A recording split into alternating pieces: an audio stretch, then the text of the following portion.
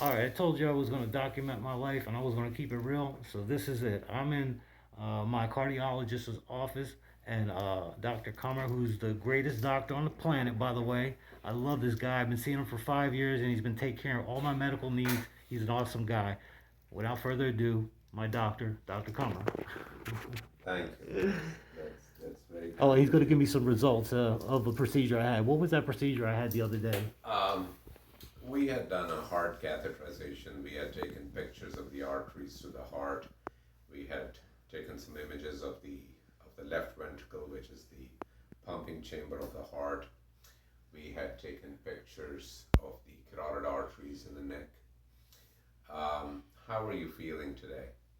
I feel good. I mean, for the Okay. most part, yeah, I feel Any good. bleeding or oozing from the side? No.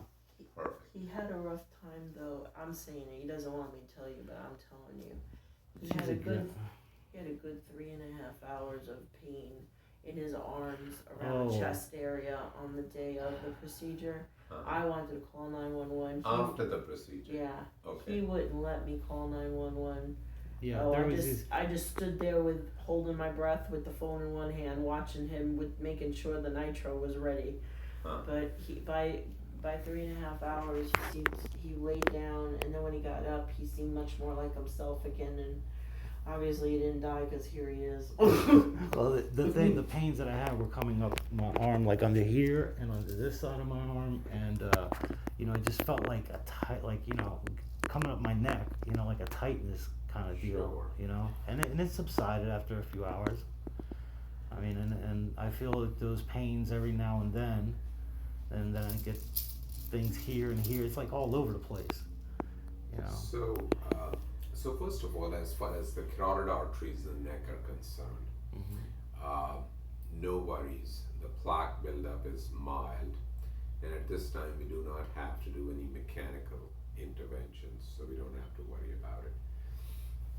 I skipped taking the images of the arterial circulation in the legs for the simple reason that I wanted to focus on the heart.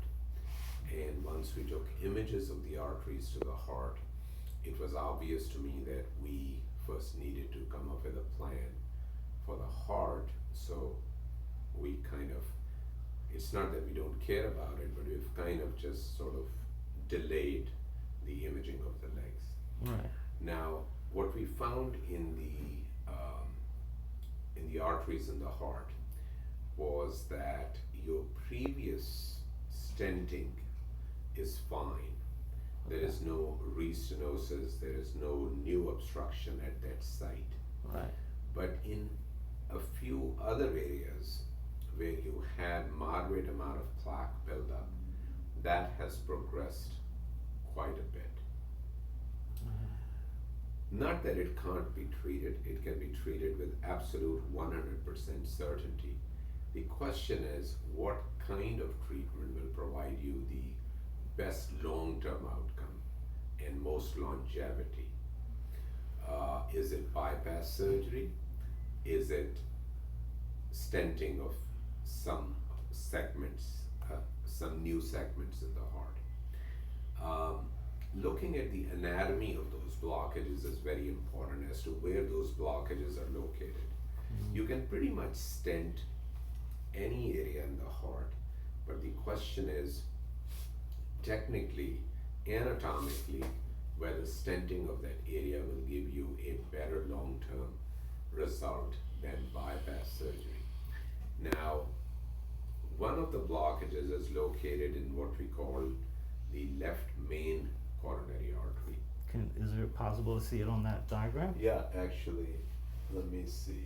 So, this left main coronary artery basically is like 75% of the blood flow to the heart. Um, so, or you should say 66%, you can say. There are three arteries to the heart. This is the LAD, which comes in the front. Okay. This is the left circumflex. I can't flip it. Okay. And both of them arise from the left main. This is the right coronary artery. So 1, 2, and 3, and roughly although one of them provides more area of the muscle of the heart than the other, but let's say that they all provide 33% of blood flow to the heart, you're talking about 66% of the blood flow of the heart being in jeopardy. So in other countries outside United States, we pretty routinely stent the left main coronary artery. But in United States, we only stent the left main coronary artery in a person who's not a good surgical candidate. In a person who's a good surgical candidate, bypass surgery is always considered the treatment of choice. Also, the blockage in the left main, this is how the left main pretty much is, comes like this and gives these two branches, right? This is the aorta. If the blockage is dead center over here, it's beautiful to stent, right? Or it is right in the origin, beautiful to stent. Unfortunately, ours is right here. Right. So if you stent one side, you close the other side. Gotcha. I didn't even have to explain it. You're a smart man. Technically, you're going to jail the other artery. So, and you can't choose one artery over another. Now, one can say, I can do what is called a V stenting, like this. All of those mumbo jumbo techniques are there, but then one will argue, why are you giving this man a treatment which is potentially less durable than bypass surgery? So my thought for you is, Lois, that we see the cardiothoracic surgeon, have a meeting with him, see what he thinks after looking at your films. Right. Maybe he'll differ from me, right? We all have, professionally, we differ from each other all the time, which is a healthy debate. But at the end of the day, let's put our heads together and make the best possible decision for you, knowing all the pros and cons of different treatments. Okay?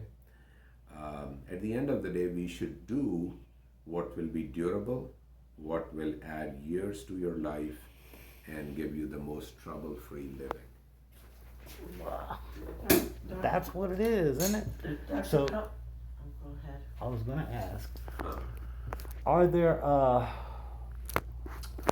like medications or things that I can do, like maybe if I started exercising more, if I started walking and kind of like be aggressive about it, not real aggressive because I have issues, but just start doing something to maybe change things? Is it possible?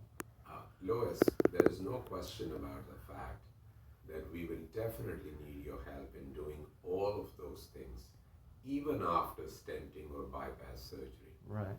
But when mechanically the blockage has reached a certain degree, at that time we do have to have a mechanical treatment for it, right? And then we do everything possible to make sure that our stent or our bypasses are okay. But my fear would be that if we at this time have you not even be too aggressive, but even moderately aggressive, we can actually hurt rather than help you. Okay. Because this again is not the only blockage. Right beyond this blockage, in the LAD, which goes like this, we have a very, very tight blockage in the proximal LAD right here. And then the branch of the LAD called the diagonal artery has a tight blockage here. So, in other words, we want to fix the blood flow to the entire heart, right? And stenting of the left main, even if it was done for theoretical purposes, will still leave this unfixed, this unfixed. Bypass surgery, by putting a bypass to the circumflex, to the LAD, to the diagonal, and to the RCA, will pretty much bypass all of the affected areas and long term again will be a much better option for us. So that's triple bypass surgery, right? What would you call that? Minimum triple. I would actually be happy if they put a graft to the right coronary artery branch also, because that has moderate amount of plaque, 50-60% in it. Right. Because we want every area to be bypassed or revascularized which has any kind of significant plaque over there. What would you say the percentage is there? The biggest percentage of the worst blockage? The LAD is a good 80%, the diagonal is a good 80%, the left main is 60%. But remember, left main is one artery, although we tolerate a blockage up to 70%. Generally speaking, in all other arteries, left main is one artery. We don't like a blockage 50% or excess of 50%. Only because we are very sensitive to the fact that it represents a good 2/3 of the circulation to the heart. Can I ask questions now? Yeah, honey, go ahead. This surgeon that you're, oh God, babe.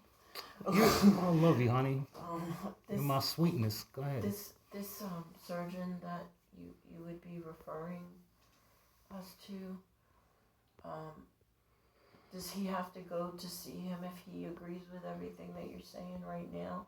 Is that other surgeon, is that just a second opinion, or is that the person that he's actually going to be doing the surgery? He'll be doing the surgery, and that's why it will be important for him to meet Lewis, because it will be not just an opinion whether surgery would be an option, but in addition to the opinion, it will be a preparation for the surgery. Gotcha. Yeah. Him being such a bad diabetic, and that being